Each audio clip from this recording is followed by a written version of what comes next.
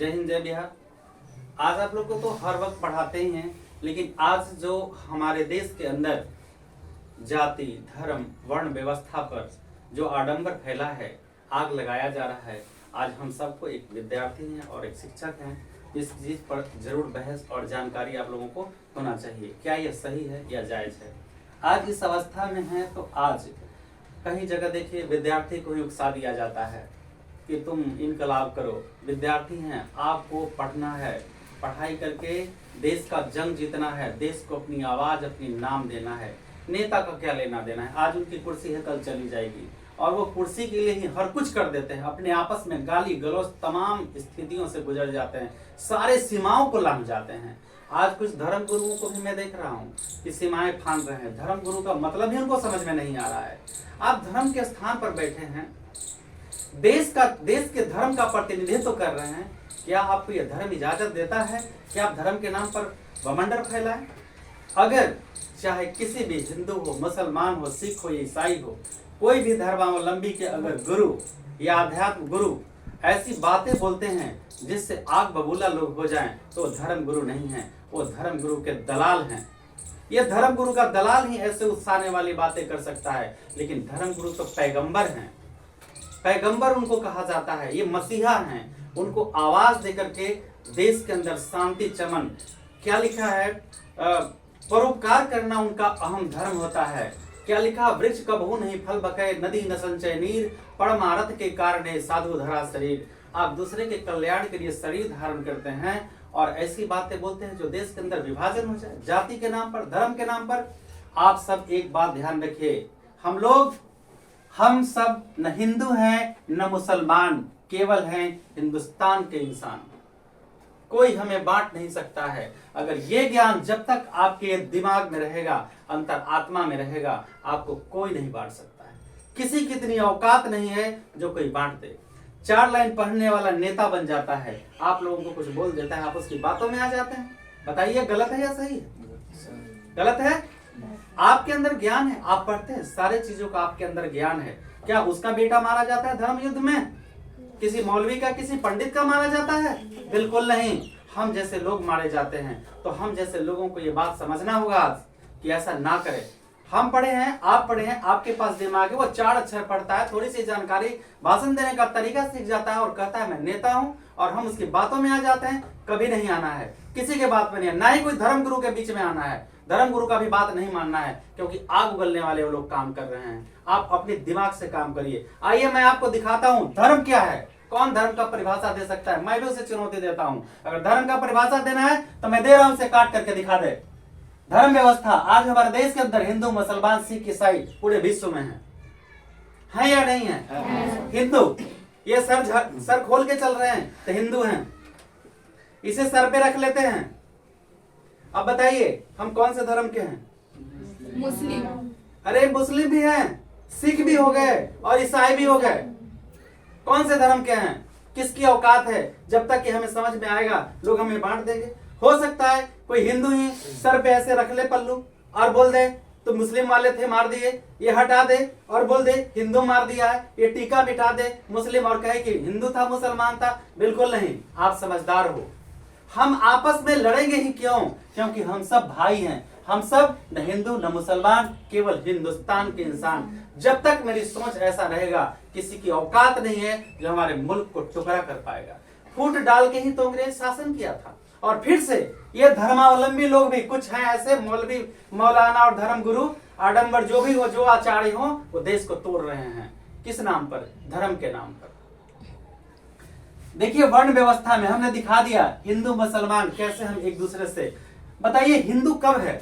जब हम ये धरती पर आए थे, जब धरती पर हम लोग आए थे तो क्या हमारे अंदर कोई विभाजन था? कोई मुस्लिम का था, कोई सिख कोई ईसाई का था? माँ ने हमें भी 9 महीने रखा, पीड़ा सहा। उस माँ से पूछो जिसके बेटे मारे जाते हैं धर्म के नाम पर, कभी पीड़ा सह के देखा है? जब हम पैदा लिए, माँ ने हमें जन्म दिया, तो क्या पता था हिंदू थे मुसलमान सिख थे ईसाई? क्यों लड़ते हो? जब हम रोड पर जाएंगे, घायल हो जाएंगे, शरीर का टुकड़ा टुकड़ा हो जाएगा, उस समय हम किस धर्म के हैं कोई बताएगा? तो न आए हैं तब पता है, न जाए हैं पता है। कुछ कबीरपंथी लोग वो भी फालतू की बात बोलते हैं, लेकिन कबीर का पंक्ति उनको याद नहीं है। कबीर ने कहा था, अष्ट कमल का चरखा बनायो, पांच तत्व बिली बुनी, चदरिया झिन झिन। ये कबीर बोले हैं, कबीर की ये वाणी है।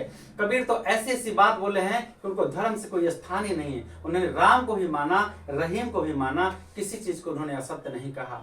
लेकिन कुछ धर्मावलंबी टोन मारते हैं, मुस्लिम पर भी टोन मारते हैं और हिंदू के राम पर भी टोन मारते हैं। अरे राम कौन है? राम राम है, तू ही रहीम है, तू ही राम है, तू रहीम है, तू ही कृष्ण, सब कुछ तू ही है। तो ऐसे धर्मावलंबियों के बात न माने आप लोग विद्यार्थी हो, दिल लगा के पढ़ो, कौन हिंदू, कौन मुसलमान, कौन सिख, कौन ईसाई नहीं।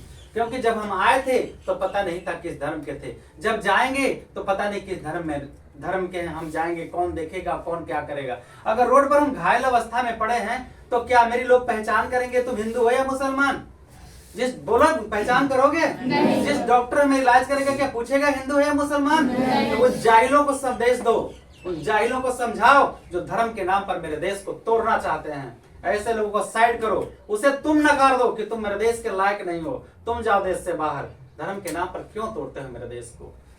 ये देखिए, हिंदू मुसलमान की कहानी खत्म, हम लोग सब एक हैं। पांच तत्व को मिला देंगे तब ये बनेगा। पांच तत्व जानते हैं मेरे समझ से? हिंदू, मुसलमान, सिख, ईसाई, और जो बाहर से हमारे मुल्क में आए हैं, भारतीय नागरिकता प्राप्त करने के बाद विदेशी को भी हम देते हैं नागरिकता। और ये देखो मिला के जिस दिन ये पंच बन जाएगा ना, उन दलालों के मुंह पर पंच लगेगा। और ये मेरा मुल्क दुनिया में सबसे आगे विश्व गुरु था, विश्व गुरु है और कल भी रहेगा। कब? जब हम अपनी सोच को बदलेंगे तब। इसके बाद देखिए, कुछ लोग ये धर्म गुरु जो है ना, मौलवी धर्म गुरु लोग, ऐसे कुछ क्या बांटते हैं। ये भद्राचार्य जी भी एक दिन बोले हैं कि जाति का चमार। अरे चमार का मतलब ही पता है तुम्हें? नहीं जानते हैं? अरे हम जैसे थोड़े कम जानने वाले लोगों से भी थोड़ा सीख लें, कैसे धर्म गुरु का स्थान उनको मिल गया, हमें तो समझ में नहीं आता है। ब्राह्मण, क्षत्रिय, शूद्र और वैश्य, हम आपको दिखाते हैं कि ब्राह्मण कौन है, शूद्र कौन है, क्षत्रिय कौन है और वैश्य कौन है। आप सभी हिंदुस्तान, ये पूरे विश्व, पूरे दुनिया के लोग जितने हैं सब ब्राह्मण हैं, सब क्षत्रिय हैं, सब वैश्य हैं और सब शूद्र हैं। ये सभी। हम सिर्फ भाषण नहीं देना, भाषण देना मेरा काम नहीं है, मैं प्रमाणित करके दिखाता हूं। चलिए, आपका शास्त्र कहता है कि जो शिक्षा व्यवस्था का देखरेख करता था पहले, वो ब्राह्मण है।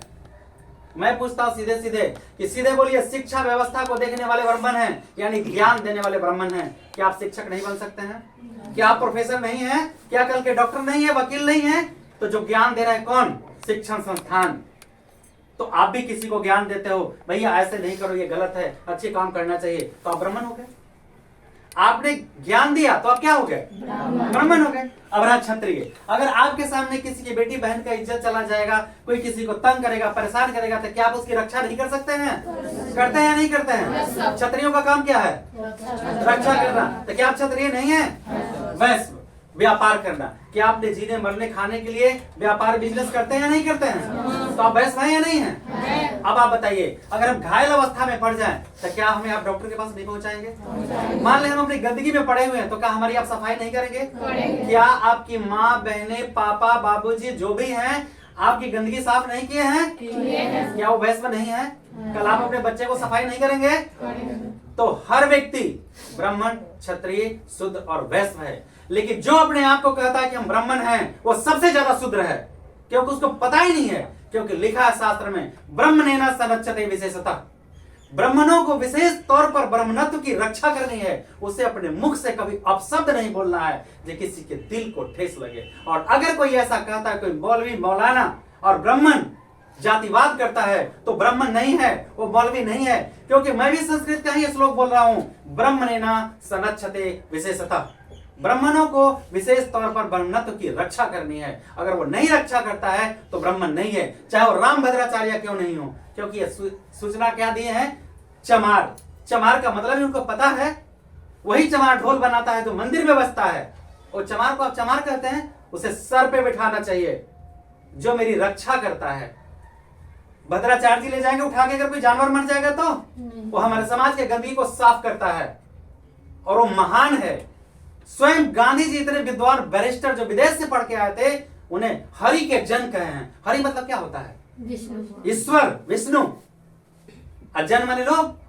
अब बताइए, तो ऐसे ऐसे जो अधजल गगरी छलकत जाए, 100 श्लोक जान गए महाभारत का, कुछ श्लोक पढ़ लिए इधर उधर का, तो बोले मैं धर्माचारी हूं। कोई धर्म गुरु नहीं। धर्म गुरु वो है मेरे समझ से या आपके समझ से ऐसा धर्म गुरु होना चाहिए जो मेरे समाज को एक साथ जोड़ के लेके चले। या तोड़ने वाला कोई धर्म गुरु हो सकता है? गुरु का काम क्या है? गुरु का काम है प्रकाश देना। गुरु का काम है मन के अंधेरा को मिटाने वाले को गुरु कहते हैं। जो आपके मन के अंधेरा को मिटाते उसे गुरु कहते हैं। लेकिन ऐसे ऐसे पाखंडी लोग अंधेरा फैला रहे हैं। तुम हिंदू हो, तुम मुस्लिम हो, तुम ब्राह्मण हो, तुम क्षत्रिय हो, तुम वैश्य हो, तुम बताओ तुम क्या हो? तेरी माँ बता सकती है कि तुम क्या हो? ये मैं कौन हूं, मैं किस धर्म किस जाति के हूं, सिर्फ मेरी माँ बता सकती है। कोई नहीं बता सकता है, कोई नहीं। मैं खुलेआम चुनौती देता हूं, कोई नहीं बता सकता है, सिर्फ मेरी माँ बता सकती है। इसलिए हर लोग ब्राह्मण है, हर लोग क्षत्रिय है, हर लोग शूद्र है और हर लोग वैश्य है। हम ज्ञान भी दे सकते हैं, हम किसी की रक्षा भी कर सकते हैं। आप भी कर सकते हैं या नहीं? आप क्षत्रिय ब्राह्मण हुए कि नहीं? कल के आप शिक्षक प्रोफेसर है या नहीं? तो ज्ञान देना उनका काम था, ज्ञान देंगे। कल किसी की रक्षा आप करेंगे, कल बिजनेस व्यापार करेंगे, कल किसी की सेवा भी करते हैं, करेंगे। मेरे माँ बाप ने भी हमारी गंदगी साफ की, हम भी अपने करेंगे, समाज की गंदगी को साफ करेंगे। तो ये हर लोगों का काम है। इसलिए ये जाति वर्ण व्यवस्था बिल्कुल गलत है, बिल्कुल नहीं। हम सब पूरे विश्व में एक तरफ क्या कहते हैं कि पूरा विश्व वसुधैव कुटुंबकम, मोदी जी हमारे कहते हैं वसुधैव कुटुंबकम। तो सिर्फ कहिए मत, उस रास्ते पर चलिए भी, विरोध करिए खुल के। जो लोग गलत बोलते हैं, मेरी कितनी औकात है धर्माचार्य के आगे, लेकिन मैं भी उनको कहता हूं कि अगर ये शब्द मैं सुना हूं चैनल पर कि वो बोले हैं जाति का नाम, अरे जाति से बारे में जानते हो? एक अगर हम कहते हैं कि हम पशु से महान हैं, तो ऐसे लोग पशु से भी गिरे हुए हैं। क्योंकि पशु के चमड़ी का उपयोग होता है जूता चप्पल बनाने में, और उसको कौन बनाता है? कौन बनाता है? अगर वो जूता चप्पल नहीं बनाता, चमड़ी का उपयोग नहीं करता, तो हम लोग चप्पल पहन के, मैं बहुत सारे मौलवी धर्म गुरुओं से पूछता हूँ कि आप पैर में चप्पल जूता पहन के नहीं चलते हैं? किसने बनाया? जो मेरे शरीर की रक्षा, पादुका की रक्षा कर रहा है, वो कौन है? दिमाग है आपके पास, तो फिर अपने आप को महान क्यों कहते हैं? अगर इस पैरवे नहीं रहेगा तो इस शरीरवा कोनो काम के है? यहाँ से कट जाएगा पैरवा तो फिर कहीं जाइएगा? ये चलने वाला जो शक्ति है ना, वही दिया है। इसलिए जाति व्यवस्था को मत मानिए। हम सब पढ़ाई में क्या लिखा है? क्या सभी के लिए अलग अलग किताबें चलता है? हर नए अच्छे नहीं होते और हर पुराने खराब नहीं होते। हर पुराने खराब नहीं होते, हर नए अच्छे नहीं होते, ऐसा कहा गया है। अब बताइए, पुराने समय में यही कारण से ब्रह्म मतलब किसी को क्षत्रिय को शिक्षा नहीं देंगे, कुछ गुरु लोग कहें, क्या ये गलत नहीं था? कर्ण के साथ भी ऐसा हुआ था। कर्ण एक महान योद्धा नहीं बना? एकलव्य के साथ भी ऐसा हुआ था, क्या वो महान योद्धा नहीं बना? इसलिए ऐसे ऐसे पाखंडियों से बचना चाहिए। शिक्षा व्यवस्था जाति और धर्म के नाम पर नहीं। जो ज्ञान है वही पंडित है, नास्तिको मूर्खच्यते। जो ज्ञान है वो पंडित है, जो अंधविश्वासी है वो मूर्ख है, वो कभी पंडित नहीं होता। ठीक है ना? ईश्वर कहाँ है?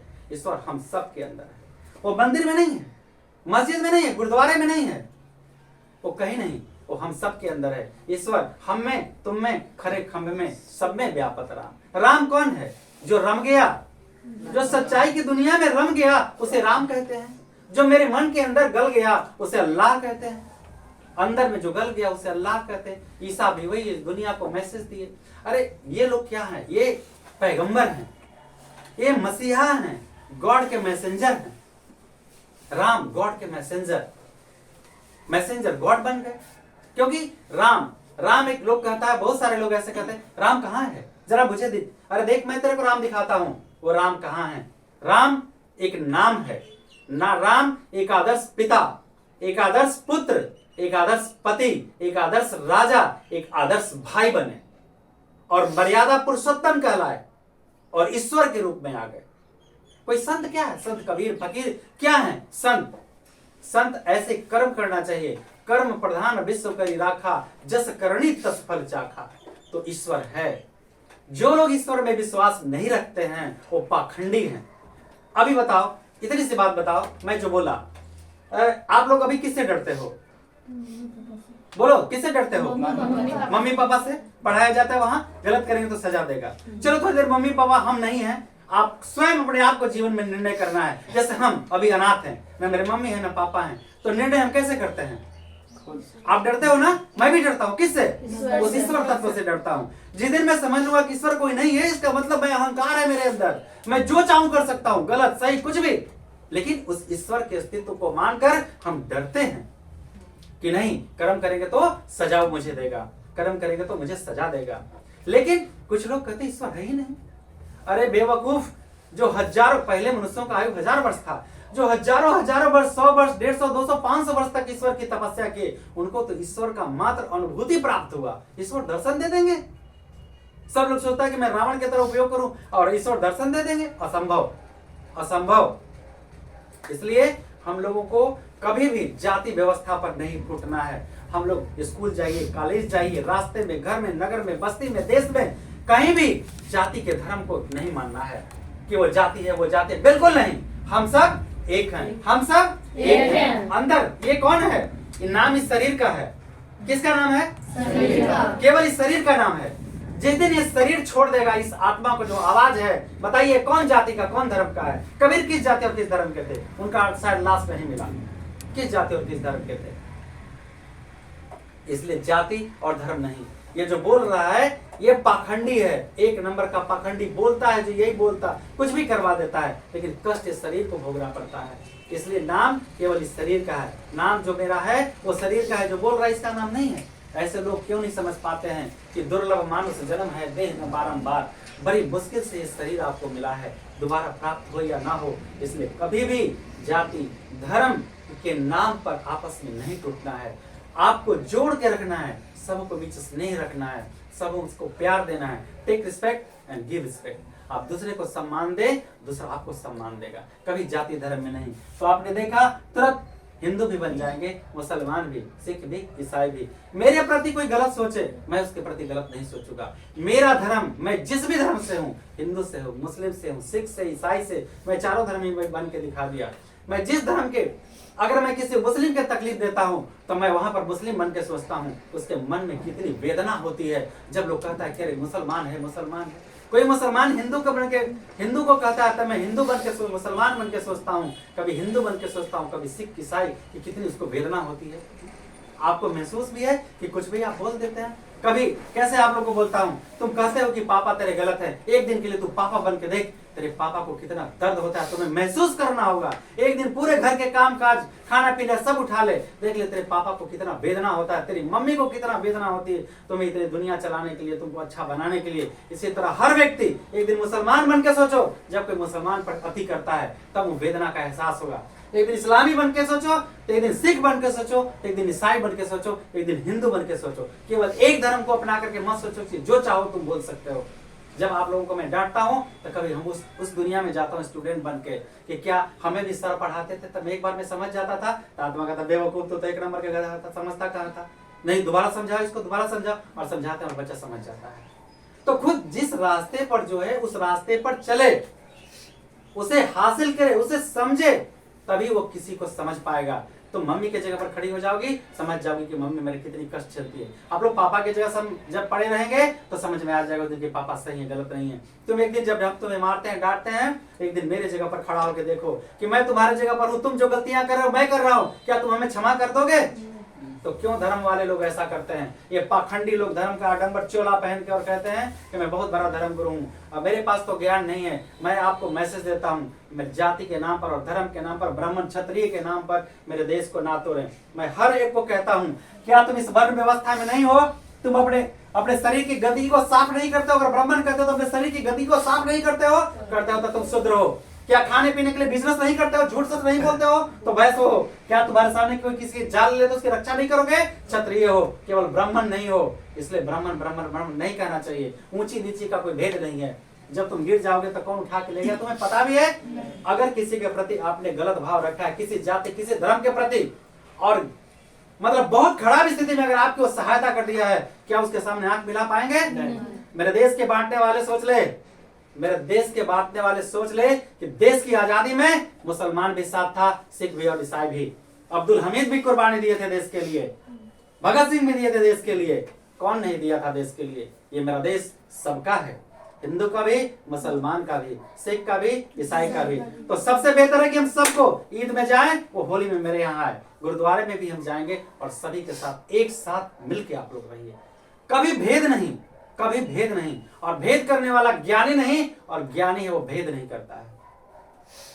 हम आए हैं एक ही का पुराने में लिपट कर और जाएंगे नए में लिपट कर।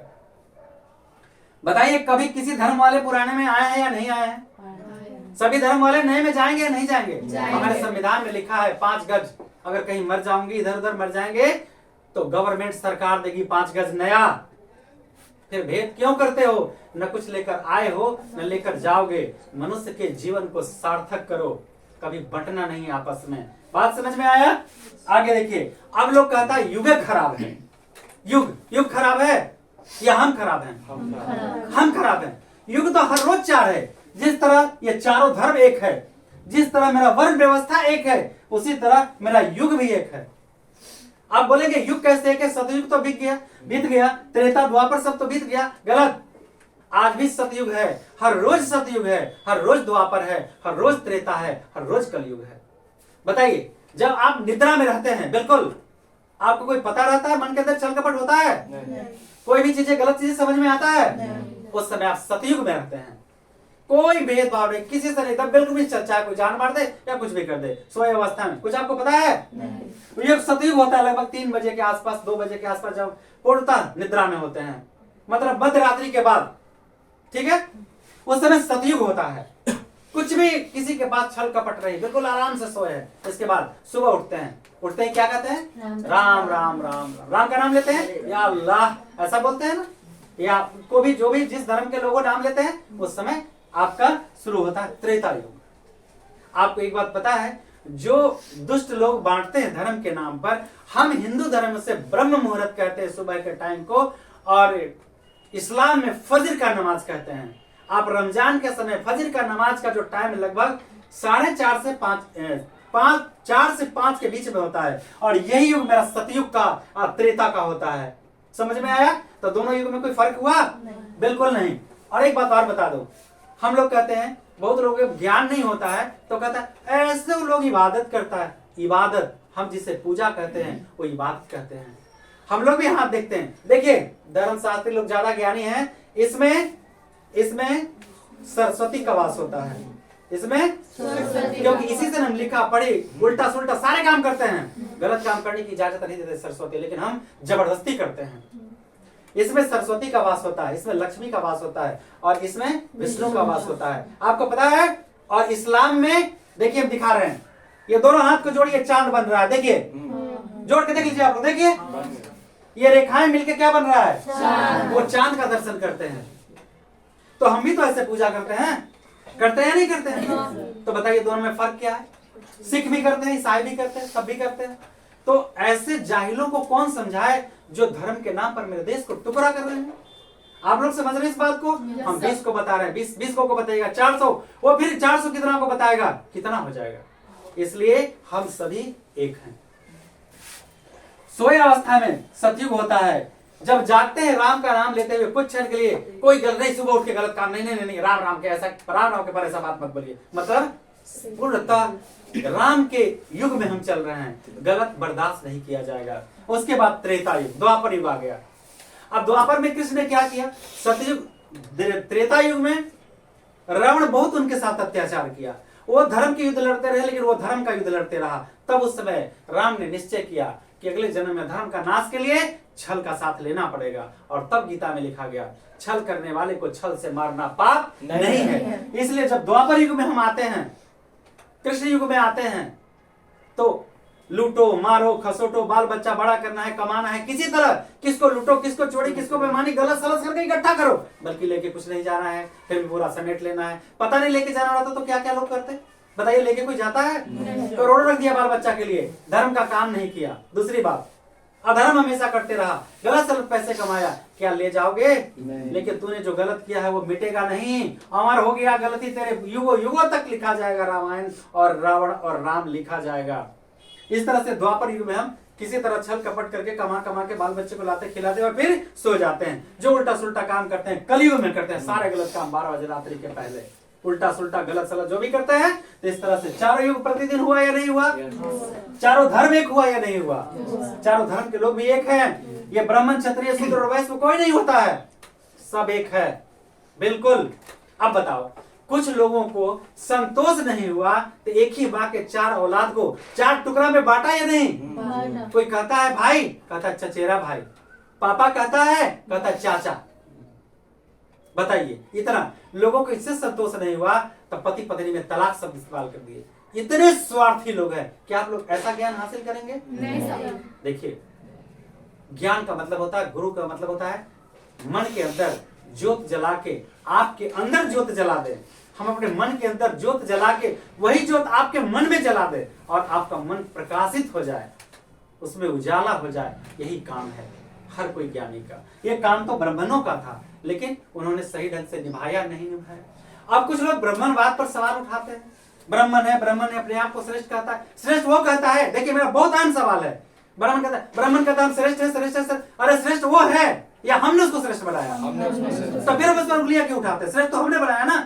क्या पंडित जी कहते हैं कि जजमान हमारा ये ले चला तो कथा कहला, जजमान ले चला तो बेटा के ब्याह में, ले चला तो बेटी के ब्याह में, हम कही तो क्या तू कथा कहवा?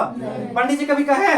तो पंडित जी को श्रेष्ठ किसने बनाया? मैं उन बेवकूफों से पूछता हूँ जो जातीय धर्म के नाम पर उंगलियां उठाते हैं और पंडित पंडित पंडित कहते हैं। क्या उसके अंदर आत्मा नहीं है उस पंडित के अंदर? तो पंडित का जिस तरह तुम्हारा आत्मा है उसी तरह उसका आत्मा है। उसके आत्मा में दर्द देना गलत बात है। अब श्रेष्ठ तो आप ही बनाया, अब मत पूछिए पंडित जी को, अब पंडित जी को गौर मत लागिए, खत्म हो गया बात। लेकिन लोगों को समाज में गलत मैसेज क्यों देते हैं?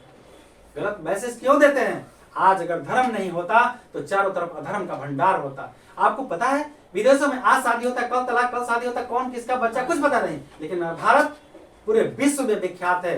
भारतीय संस्कृति, एक पति एक पत्नी। रामायण में राम ने स्वयं कहा था बहुत सारे राजा हुए, लेकिन राम को महान कहने के बहुत सारे कारण हैं। सभी राजा, स्वयं राजा दशरथ कई शादियां किए थे, मुख्य रूप से 3 आप लोग जानते हैं, है ना। लेकिन भगवान राम ने, भगवान ऐसी शपथ थोड़ी भगवान कह दिया जाएगा।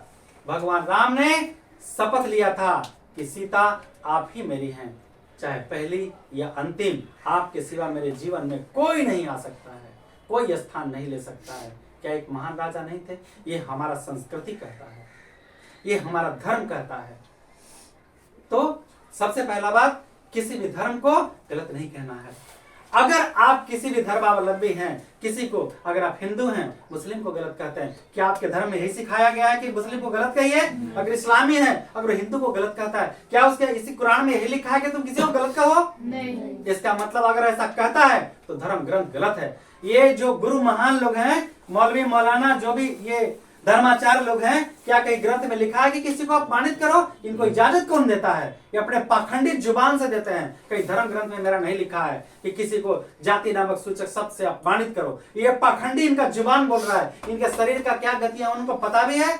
इसलिए ऐसे महान लोगों को सॉरी एक बार बोलना चाहिए, कह देना चाहिए डायरेक्ट आके कि हमसे गलती हो गया, शायद ईश्वर उसको क्षमा कर दे। क्योंकि बाइबल में लिखा है कि जो व्यक्ति गुनाह करके अपने आप में मन से कॉन्फ्रेंस कर लेता है, मतलब ये बात कह देता है कि हमसे गुनाह हो गया, बाइबल में लिखा है इस गॉड उसे माफ कर देता है। इसलिए कभी भी आप लोग विद्यार्थियों, में सारे विद्यार्थियों को कहता हूं, राजनीतिक पॉलिटिक्स से नहीं जुड़ना चाहिए। आज वो नेता किसी के सहारा ले लेगा, वो नेता किसी का सहारा ले लेगा। आज वो नेता वो अपनी डाबर भरना चाहता है, अपना वोट बैंक केवल बनाता है, केवल वोट बैंक बनाता है। मतदान 2 चरणों में होता है। एक बार मेरे पास हाथ जोड़ने आता है, मेरे चरणों में गिरा रहता है, सर आप वोट दे दीजिए, वोट दीजिए। 2 चरण में, एक बार मेरे पास आए हो हाथ जोड़ के, हमने वोट दे दिया, और दूसरा चरण में हम उसका चरण खोजते रह जाते, कहीं मिलवे नहीं करता है। कभी मिला है कोई नेता? चुनाव सिर्फ 2 ही चरण में होता है। एक बार वो मेरे पास आता है हाथ जोड़ने के लिए, और दोबारा हम उसको हाथ जोड़ने के लिए खोजते रह जाते, कहीं नहीं मिलता है। तीसरा चरण में चुनाव होता कहाँ है? तीसरा चरण चुनाव होता ही नहीं। इसलिए ना पाखंडियों की बात माने, ना कोई नेता का बात माने। आप अपनी दिमाग चलाओ यार, ये किसी ने भेजा है या तेरे पास ही भेजा है? अगर तेरे पास कोई भेजा है कि ये धर्म गलत है, ये गलत है, वो जाति है, वो धर्म है, तो तू उसकी बात सुनते रहो। लेकिन अगर ये तेरे पास ई भेजा है, अगर ये भेजा है, इसमें समझो, इसमें समझो, कोई डॉक्टर किसी जाति का नहीं होता है, कोई वकील किसी जाति का नहीं होता है, कोई शिक्षक किसी जाति समझ के नहीं पढ़ाता है। बात समझ में आया? जो लोग जाति समझ के कहते हैं कि नीचा है ऊंचा है, उन्हें भी मैं कहता हूं कि केवल पढ़ाई करो, केवल पढ़ाई करिए, पढ़िएगा तो जाति धर्म में भेद नहीं होगा। क्या कोई किसी भी जाति का जो डॉक्टर बनता है उसके आगे टाइटल जुटा हुआ रहता है? लोग पूछ के जाता है कि हम फलाना डॉक्टर भिड़ जाएंगे। जाति का कोई डॉक्टर नहीं होता है, नीचे जाति ऊंची जाति कुछ नहीं। मैं इतना ही जानता हूं कि अगर पढ़ लोगे तो सारे सम्मान मिल जाएंगे। क्या संविधान बनाने में सिर्फ अम्बेडकर ही पढ़े लिखे थे? आपको पता होना चाहिए पंडित जवाहरलाल नेहरू भी विदेश से बैरिस्ट्री पढ़ के आए थे। इसके बाद जिन्ना भी स्वयं बैरिस्ट्री पढ़ के आया था। जिन्ना एक साल जवाहरलाल नेहरू से सीनियर था, कहता था जवाहरलाल के आगे हम नहीं झुकेंगे। गांधी जी थे बैरिस्टर। इतने महान महान हस्ती के आगे जब जाति की बात करते हो, जाति की जब बात करते हो, तो अम्बेडकर सबसे पढ़े लिखे और समझदार थे। उन्होंने संविधान का निर्माण कर दिया। आज लोग उनको बाबा साहब कहते हैं। कैसे कैसे? गुण से। तो अगर हम पढ़ लेते हैं तो कोई जाति और कोई धर्म कोई विवाद नहीं है। लोग जाहिल होते हैं, थोड़ा सा भाषण देना सीख जाते हैं, 4 लाइन बोलना सीख जाते हैं, जाति है फलना जाति फलना जाति फलना जाति। एक तो रामायण पर सवाल उठा दिया कि लिखा जब समुद्र का मंथन हुआ था, जब राम समुद्र के सागर के किनारे बैठे हुए थे, विनती कर रहे थे सागर से, तो सागर से विनती कर रहे थे, तो वहां पे सागर रास्ता नहीं दे रहा था। अचानक वो बांध तान दिए तो सागर प्रकट हुआ। कहा महाराज ऐसा नहीं करिए, जलीय प्राणी मर जाएंगे, हम लोग जिएंगे कैसे? तो कहे बताओ इस बाण को किस ओर छोड़े? तो कहा था उसमें कि बाण को उस ओर छोड़े जिस ओर लोगों को कष्ट देने वाले दुष्ट आत्मा रहते हैं, और बताया था। ठीक उसमें क्या व्याख्या कर रहा था? गलत अर्थ में व्याख्या कर रहा था। जाति, हिंदू को भी जाति के नाम पर लोग तोड़ रहा है। आप लोग ऐसा बात नहीं माने। हर जाति में दुष्ट होता है कि नहीं होता है? क्या आतंकवादी मुस्लिम में ही है? क्या हिंदू में नहीं है? तो सब में है। इसलिए किसी जाति विशेष पर गलत करने वाले लोगों को गलत कहो, उस जाति को गलत मत कहो। धर्म के नाम पर डब्बर फैलाने वाले को सारे धर्म में मत लेकर के चलो। ईश्वर कहीं नहीं, इसके अंदर है। ईश्वर न काबा में है न कैलाश में है, वो तो केवल मन के विश्वास में है। इसलिए सबसे बड़ा ईश्वर कहाँ है? तुम्हारे घर के अंदर। कहे थे कबीर की बातों को सुनता कौन है? कहे कबीर पत्थर पूजूं तो हरी मिले, तो मैं पूजूं पहाड़, उससे अच्छा चक्की भली जो पीस खाए संसार। इसका मतलब मेरे तरफ से जानो, पत्थर पूजो तो हरी मिले। अगर पत्थर की पूजा करने से तुम्हें भगवान मिलते हैं तो मैं पूजूं पहाड़। तो पहाड़ किस चीज से बना होता है? पत्थर से। उस पत्थर को ला कहाँ रखे हो तुम? घर में चक्की बनाए हुए हो ना जी। अरे चक्की क्या होता है? हाँ, पत्थर पूजू तो हरी मिले, तो मैं पूजू पहाड़, उससे अच्छा चक्की भली जो पीस खाए संसार। कहता है कि तो पत्थर पहाड़ तो तुम्हारे घर में भगवान है, वो चक्की और पीस खाए संसार। उसका मतलब आप शायद नहीं जानते हैं, जानिए। तो कह रहे हैं कि भगवान गणेश जो सर्वप्रथम है वो किनकी परिक्रमा किए थे?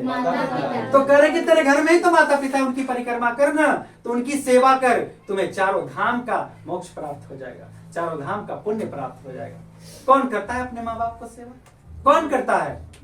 तो कहीं काबा कैलाश जाने की जरूरत नहीं है। तेरे भगवान तो घर में है, उनको सम्मान करो। जो बड़े बुजुर्ग रास्ता में मिले उन सबको सम्मान करो। प्रेम न बारी उपजे, प्रेम न हाट बिकाए, राजा प्रजा जे ही रुचे, शीश दे ले जाए। कहीं भी कोई बड़े भी लोग मिलते हैं, उनको सम्मान करिए। उससे हाथ जोड़ लेने से आपका इज्जत नहीं घटेगा। वो आपको पॉजिटिविटी देंगे, दुआएं देंगे, आपको ऊर्जा देंगे, एक न एक दिन ऊर्जा देंगे। किसी से नफरत नहीं करना चाहिए। जिसके पास ज्ञान है वो नफरत नहीं करता है। आया समझ में? तो कभी जाति धर्म इन चीजों पर यकीन नहीं रखना है। ठीक है? सभी के साथ प्रेम बांटना है। एक तुम प्रेम बांटोगे, तुमसे दूसरा सीखेगा, तीसरा सीखेगा, चौथा सीखेगा। इस तरह से जाति धर्म आपस में टूटना, ये सब व्यर्थ की बातें हैं। राजनीति पॉलिटिक्स से दूर रहना है। तुम्हें एक अच्छी जिंदगी लेकर के नए भारत का निर्माण करना है। केवल भाषण नहीं देना है कि अच्छा बिहार, अच्छा देश, अच्छा भारत, बिल्कुल नहीं। कल तुम देश के भविष्य हो, कल आप देश के दर्पण हैं, कल पूरा हिंदुस्तान आपके कंधों पर होगा। इसलिए दिल लगा के पढ़ना है और अपने देश के लिए, अपने परिवार के लिए, अपने राष्ट्र के लिए कुछ कर जाना है। जय हिंद, जय बिहार। बहुत सारी शुभकामनाएं आप सब।